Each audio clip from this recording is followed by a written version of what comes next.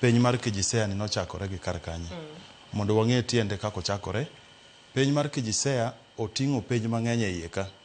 Nitie oting'o penj mar kipsea mano mar klas auchiel ma 20%.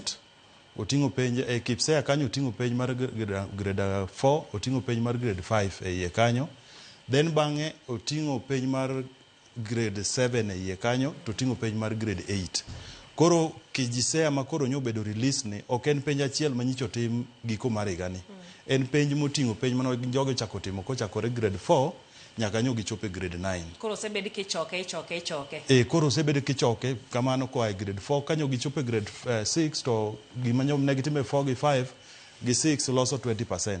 Kato penj manyo gitime grade 7 ga 8 loso 20%. Koro mano bedo 40%.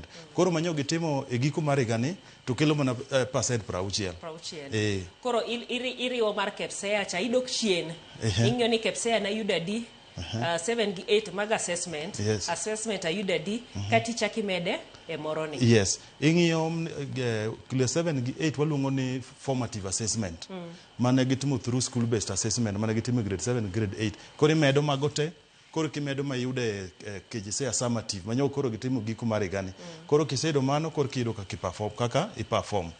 To penj manyo bedo released ok obedo released gi marks. Nikech sani koro one new system ma grading koro itimo in terms kaluwore gi performance levels ma koro wan gi meeting expectations, exceeding expectation, approaching and below expectations. Koro mago e level mitiyogo.